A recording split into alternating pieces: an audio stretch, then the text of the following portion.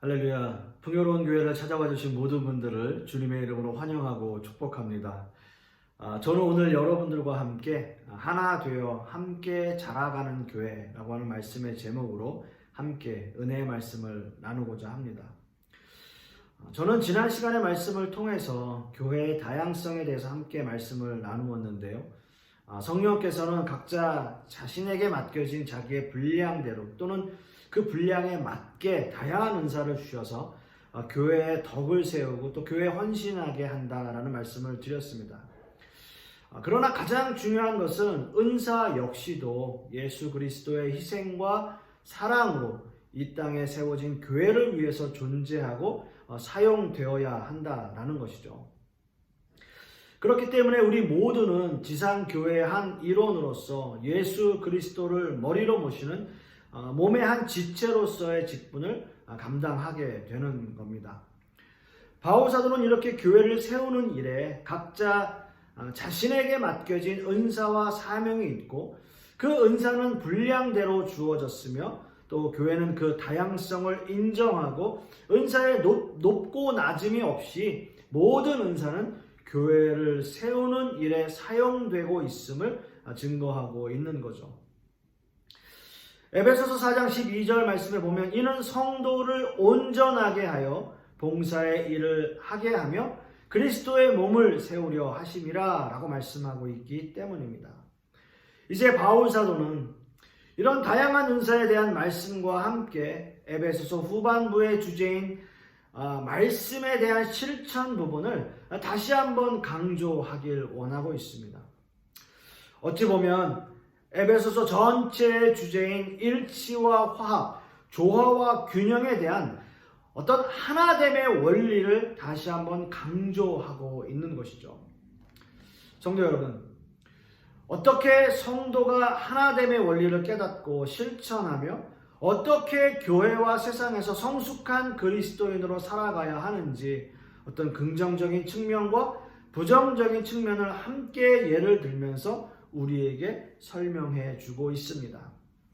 첫째로 오늘 이거 본문 말씀 13절의 말씀을 다시 한번 보시면 우리가 다 하나님의 아들을 믿는 것과 아는 일에 하나가 되어 온전한 사람을 이루어 그리스도의 장성한 분량이 충만한 데까지 이르리니 라고 말씀하고 있습니다. 오늘 본문에서 온전한 사람 그리고 장성한 분량 이 단어들의 원어적 의미를 살펴보면 동일하게 성숙한이라는 의미가 있습니다. 즉 성숙한 그리스도인이 되기 위한 조건에는 하나님의 아들 즉 예수 그리스도를 믿고 아는 것에 하나가 되어야 한다라는 의미가 되겠죠. 다시 말씀드리면 하나의 믿음, 하나의 지식을 말하고 있는 겁니다. 제가 뉴욕에서 부목사로 있을 때 아주 신실한 권사님이 계셨었어요. 이 권사님은 모든 예배를 다 참석하세요. 새벽 예배, 수요 예배, 금요 예배, 주일 예배, 주일 예배도 오전 오후 다 참석해서 모든 설교를 다 노트를 하십니다. 근데 이제 담임 목사님과 함께 이제 한번 집에 신방을 갔는데요. 그렇게 기록한 노트가 어마어마하게 있는 거예요. 문제는 담임 목사님이 설교를 하실 때 썼던 본문, 예화 이런 것까지도 다 기록을 하는데 때로 이제 목사님들이 같은 본문이나 예화를 들면서 꼭 이렇게 말씀하시는 똑같은 예화를 말씀하시는 적들이 있잖아요. 저 역시도 마찬가지입니다. 그럴 때 얘기를 하시는 거예요. 그 예화 몇 날, 며칠, 무슨 예배 때 사용하셨다라고 꼭 집어서 말씀을 하시는 겁니다. 그때 제가 부목사로서 함께 담임 목사님의 그 신방을 갔다가 그 담임 목사님의 얼굴을 한번 봤어요. 근데 얼굴이 좀 이렇게 별로 안 좋으셨어요. 여러분 어떤 의미에서 보면 그런 부분들은 좀 이렇게 잊어주고 아니면 모른 척 하는 것도 참 교회 생활 하는데 또는 목사님들이 목회를 이어나가는데 좀 더 마음이 편안해질 겁니다. 하나의 믿음은 하나의 신앙 고백을 의미하는 겁니다. 하나님께서 죄로 죽을 수밖에 없는 우리를, 인간들을 위해서 하나님의 독생자 아들 예수 그리스도를 이 땅에 보내셨고, 그 아들 예수 그리스도는 모든 인류의 죄를 대신하여 십자가를 지셨고, 그 십자가에서 목숨을 아끼지 않으셨습니다. 이것이 우리 모두의 신앙 고백이고요, 하나의 믿음, 또 이 신앙은 이 믿음을 전제로 하고 있는 겁니다. 이 믿음을 갖지 않았다면 그는 교회 공동체의 일원이 될 수 없습니다. 따라서 믿음도 소유할 수 없는 교회예요. 여러분, 교회에 나온다고 해서 모두 믿음을 가지고 있지 않습니다. 교회는 누구나 올 수 있지만 믿음은 누구나 소유할 수 없다라는 거예요. 믿음은 신앙의 시작점이고요, 가장 기초적이지만 믿음은 진실한 고백을 바탕으로 시작되기 때문에 어느 누구라도 믿음의 고백 없이 하나님의 자녀가 될 수 없는 겁니다. 여러분, 신실한 믿음의 고백, 진실한 고백, 여러분의 마음과 뜻을 다해서 드리는 신앙 고백, 그 고백이 필요하다는 거예요. 그 고백이 반드시 있어야 한다라고 하는 거예요. 김남중 목사님이 우리의 어떤 신분에 대해서 이렇게 정의를 하셨어요. 용서받은 죄인. 용서받은 죄인. 여러분, 이 단어에 우리의 신앙 고백이 함축되어 있지 않습니까? 우리가 죄인이지만 하나님 앞에 용서받지 않았습니까? 나의 공로로, 나의 노력으로 용서받았습니까? 아니에요. 예수 그리스도의 십자가의 공로로 용서받았지 않습니까? 그래서 우리는 용서받은 죄인이라는 거예요. 이것이 우리의 신분입니다. 그렇기 때문에 예수님의 십자가를 생각하면 마음이 뜨겁고 벅차서 어찌할 수가 없는 거예요. 그렇습니다, 여러분. 주님의 그 십자가의 공로로 저를 용서해 주셔서 감사합니다라고 하는 믿음의 신앙의 고백을 할 수 있어야 된다는 거죠. 이렇게 하나의 믿음으로 신앙 고백이 되어지면 이제 우리는 하나님을 아는 지식으로 성장해 가야 합니다. 오늘 보면 13절에서 아는 이라는 단어는 헬라어로 에피그노시스라는 단어를 사용하는데요. 이 단어는 위에라는 단어와 그노시스, 즉 알다라고 하는 단어의 합성어입니다. 이 단어의 의미를 직역해보면 위의 것을 안다, 또는 넘치게 안다, 또는 정확하게 안다라는 의미로 사용될 수 있습니다. 예수 그리스도를 영접하고 처음 믿음을 갖고 신앙 고백을 할 때에는 어떤 지식이 동원되지 않습니다. 그러나 하나님을 아는 지식은 믿음을 바탕으로 하고 있어요. 즉, 믿음과 지식은 함께 가는 것이지만 지식은 반드시 믿음이 선행되어야 한다라고 하는 거죠. 이렇게 신자들은 여러 가지의 과정을 통해서 하나님에 대해서 알아가게 되고요, 하나님을 아는 지식이 자라가게 되는 것입니다. 여러분은 하나님을 알고 계십니까? 하나님을 아십니까? 하나님에 대해서 어떤 경험을 하고 계십니까? 하나님을 올바로 안다고 하는 것 너무나 중요합니다. 우리 중에는 참으로 모순된 신앙생활을 하고 있는 사람들이 너무나 많아요. 제가 몇 년 전에 읽은 리서치에서 이런 글이 있었어요. 미국의 대부분의 신자들이 예수님의 신성을 수용한다. 하지만 그의 죄 없는 인성과 그의 육체적 부활은 인정하지 않는다. 우리의 천사의 존재를 인정한다. 하지만 성령님과 사탄의 존재는 인정하지 않는다. 그리고 이 책은 이렇게 말합니다. 생각해보라. 우리가 전적으로 믿지 않고 있는 하나님께 기도한다는 것은 무슨 의미인가? 라고 말해요. 저는 이 책을 한번 보면서 출애굽기의 금송아지 사건이 생각이 났어요. 출애굽기의 32장 4절 말씀에 아론이 그들의 손에서 금고리를 받아 부어서 조각칼로 새겨 송아지 형상을 만드니 그들이 말하되 이스라엘아, 이는 너희를 애굽 땅에서 인도하여 낸 너희의 신이로다 하는지라 라고 말하고 있습니다. 400년이나 애굽에서 종살이를 하던 이스라엘 민족을 이끌어내셨고 10가지 재앙과 홍해를 마른 땅같이 건너면서 살아계신 하나님을 보여주셨지만 고작 그들이 만든 것은 금송아지였어요.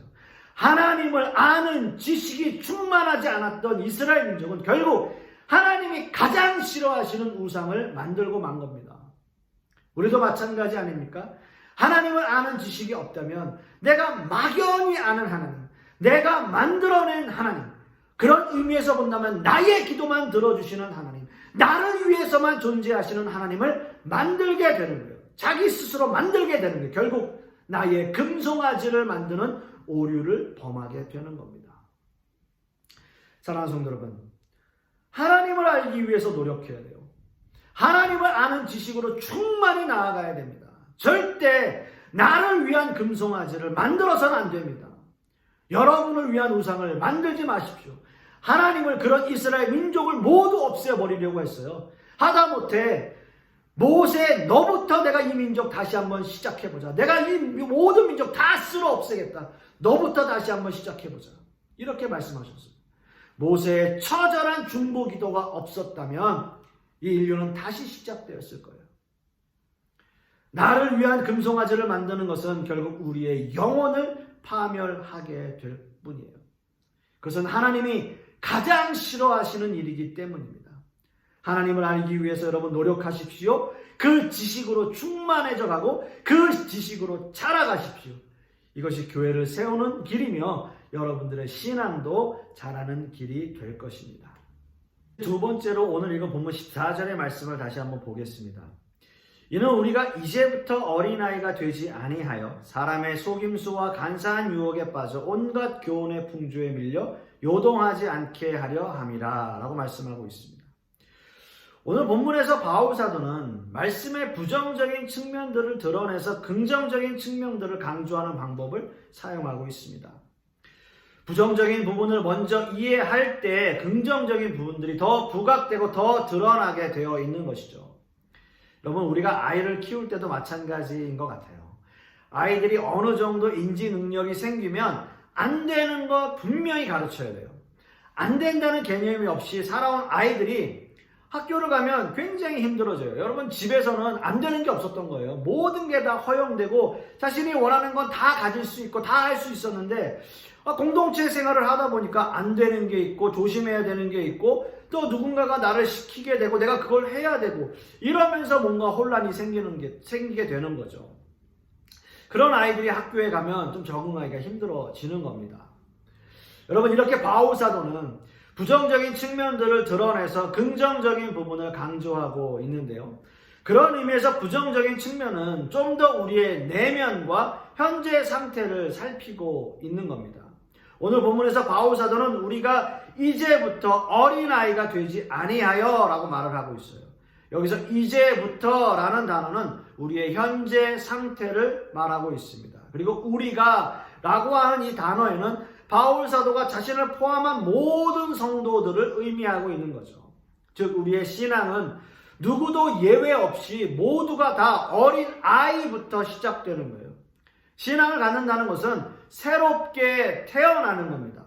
우리가 온전한 사람이 되고 장성한 분량의 믿음을 가지기 위해서 먼저 선행되어야 하는 것은 우리의 현실을 직시하고 우리의 현재 상태를 먼저 살피는 겁니다. 제가 아까 어린아이에 대해서 함께 잠깐 예화를 나누었지만 여러분 다시 한번 말씀을 나눈다면 어린아이들은 뭔가 자제력이 좀 부족할 수밖에 없어요. 제가 참 예전에 전도사 때부터 아이들 사역을 참 많이 해왔습니다. 제가 담임 목회를 하면서도 아이들 사역을 참 오랫동안 했는데요. 건 20년 가까이 하면서 아이들 사역을 할 때 중요하게 생각되는 게 뭐냐면 그 아이들에 대한 그 집중력. 그 아이들은 대략적으로 통계적으로 한 7분 정도의 집중력밖에는 가지고 있지 않아요. 그래서 아이들 설교할 때는 설교가 좀 짧아야 돼요. 한 5분에서 7분 정도 사이에 말씀에 준비를 해서 아이들에게 심어줘야 아이들이 그래도 그나마 좀 집중을 하게 되는 겁니다. 7분 이상이 넘어가면 이제 앉아있기가 힘들게 되는 거예요. 그것이 어린아이들의 자제력이 당연히 부족하기 때문에 일어나는 일들입니다. 여러분, 그런 의미에서 본다면 어린아이 같은 신앙을 가진 사람들은요, 일단 예배를 드리는 것 자체가 좀 힘들어요. 처음에는 지루할 수도 있고요. 어떤 의미에서 다른 시간들은 좀 견디기 괜찮다 하더라도 가장 견디기 힘들 게 뭘까요? 예, 당연히 설교 시간입니다. 예배 가운데 설교가 차지하고 있는 부분이 굉장히 많고 시간이 길기 때문에 아무래도 설교를 견딘다고 하는 것 어려운 일이죠. 가장 힘든 일이고 뭐 그렇습니다. 물론 이해는 가는 거죠. 그렇게 힘든 한 주를 보내고 또 토요일 주말이 되고 저녁이 되고 늦게 주무셨는데 예배 시간 또 와가지고 너무나 졸린 시간 아닙니까? 11시부터 12시, 1시까지면 배도 고플 시간이고요. 참 쉽지 않은 거죠. 근데 여러분 보면 이런 생각과 달리 말씀을 사모하고 살아계신 하나님의 말씀이 선포되는데 여러분 졸릴까요? 그 말씀이 마음에 사무치면 과연 졸릴까요? 여러분 한번 생각해 보십시오. 왜 우리가 어린아이 같은 신앙에 머무를 수밖에 없는지 우리가 한번 좀 생각해 보아야 할 필요가 있습니다. 이렇게 어린아이 같은 신앙을 가진 사람들은요, 쉽게 속임수에 넘어가요. 오늘 이거 본문에서 속임수라는 단어는 정육면체의 주사위를 뜻하는 단어인데요. 이 단어의 의미에는 교활하다, 속임수가 있다라는 등의 의미가 있습니다. 이 말씀이 주사위라는 의미가 있으니까 어릴 적 생각이 나요. 어릴 적에 우리가 이제 흔히 제가 어릴 때 정도 됐을 때 이렇게 시체말로 야바위라고 하는 야바위꾼이라는 거 여러분 혹시 아실런가 모르겠습니다. 컵 3개를 탁 엎어놓고 그 안에 주사위를 넣고 막 돌리면 찾는 거잖아요. 네, 아무튼 뭐 그거를 아시는 분들은 다 아시겠지만 결국엔 그게 맞출 수 없고 나중에 속임수라고 하는 것, 그거를 조직적으로 누군가가 바람을 잡고 속이고 뭐 이런 것들을 나중에는 알게 되잖아요. 어찌됐든 어린아이라고 하는 그 의미에는 쉽게 속임수에 넘어간다라는 의미도 있습니다. 왜냐하면 마귀의 속임수는 아주 계획적이고 조직적이기 때문입니다. 마귀는 이렇게 신자들을 속이고 넘어뜨려서 하나님과 멀어지게 만들어요. 세상을 요동치게 만들어서 믿는 사람들이 정신없이 그 풍랑에 휩쓸려서 정신을 차리지 못하게 만드는 거예요. 베드로전서 5장 8절 말씀을 보시면 근신하라 깨어라 너희 대적 마귀가 우는 사자같이 두루다니며 삼킬 자를 찾나니 라고 말씀하고 있습니다.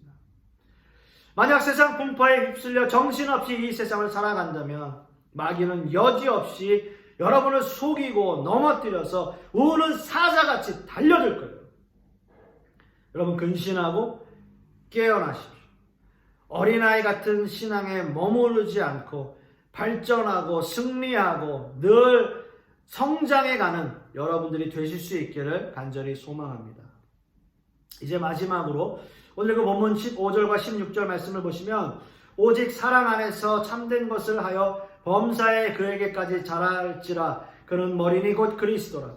그에게서 온몸이 각 마디를 통하여 도움을 받음으로 연결되고 결합되어 각 지체의 분량대로 역사하여 그 몸을 자라게 하며 사랑 안에서 스스로 세우느니라.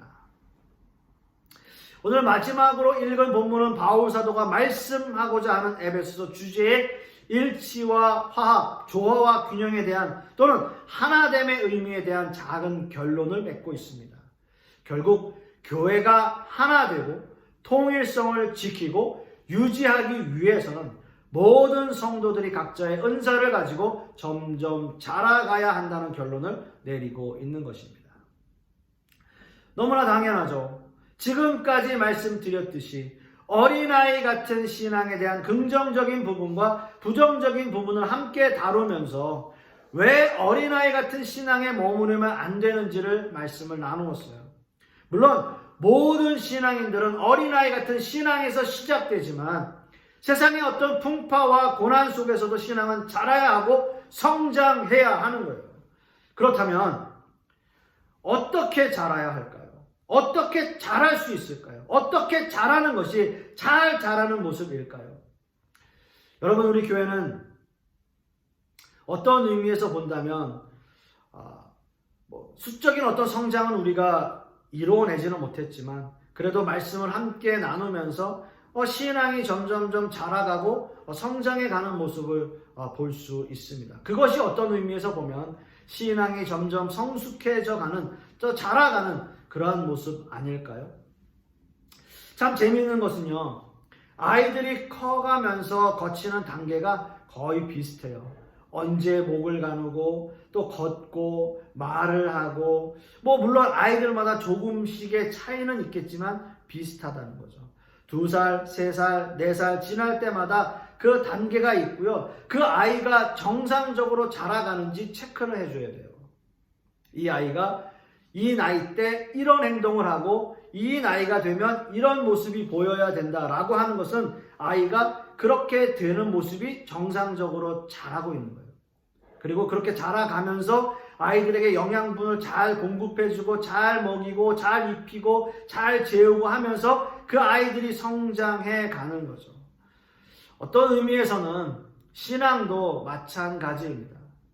말씀으로 또는 기도로 영적으로 점점 자라가고 점점 성숙해져 가는 거예요. 그것이 정상적인 신앙의 상태예요. 그게 자라지 않는다면 어떤 의미에서는 그 자체가 비정상일 수 있어요. 모든 몸이 다 성장하고 자라는데 팔만 자라지 못한다면 안 되는 거죠. 모든 몸이 다 자라는데 다리만 자라지 않는다면 그건 안 되는 거죠. 오늘 말씀에서도 바울 사도는 그것을 사랑 그리고 참된 것으로 또는 진리라고 성장해 가는 것에 대해서 말씀하고 있습니다. 결국 어린아이 같은 우리의 신앙이 자라는 원리에는 하나님의 사랑, 하나님의 진리, 하나님의 말씀이 바탕이 되는 거예요. 이것이 영양분이에요. 이것이 공급이 돼야 돼요. 진리를 떠난 사랑이 있을 수 없고요. 사랑 안에 있지 않는 진리를 행함도 있을 수 없습니다.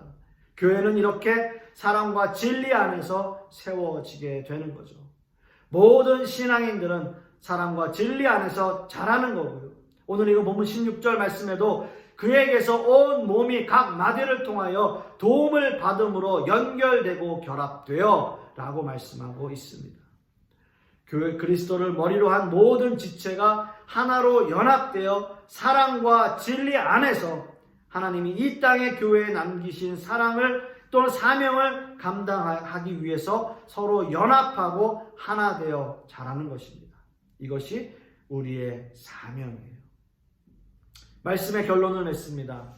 사랑하는 성도 여러분, 어린아이 같은 신앙에 머무르지 마십시오.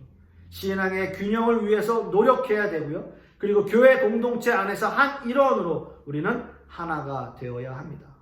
그리고 하나님의 사랑과 진리의 말씀 안에서 함께 자라가기 위해서 노력해야 돼요. 이것이 저와 여러분에게 주신 사명이며 또한 교회와 세상에서 성숙한 그리스도인으로 사는 비결이 될 것입니다. 이 말씀에 순종하며 사시는 한 주간 되시기를 간절히 소망하겠습니다. 기도하겠습니다. 아버지 하나님 감사합니다. 오늘 말씀을 함께 나누면서 우리가 어떻게 하나 되어지고 어떻게 하나의 공동체를 이루어가며 그 하나의 공동체 안에서 어떻게 우리의 신앙이 자라가야 하는지를 다시 한번 말씀을 통해서 배워봅니다. 이번 한 주간도 그런 은혜 가운데 살게 하여 주시옵시고 이번 한 주간도 점점 성장해가며 점점 자라가는 우리 모든 성도님들의 모습 되게 하여 주시옵소서. 주님 감사드리며 예수 그리스도 이름 받들어 기도드렸사옵나이다. 아멘.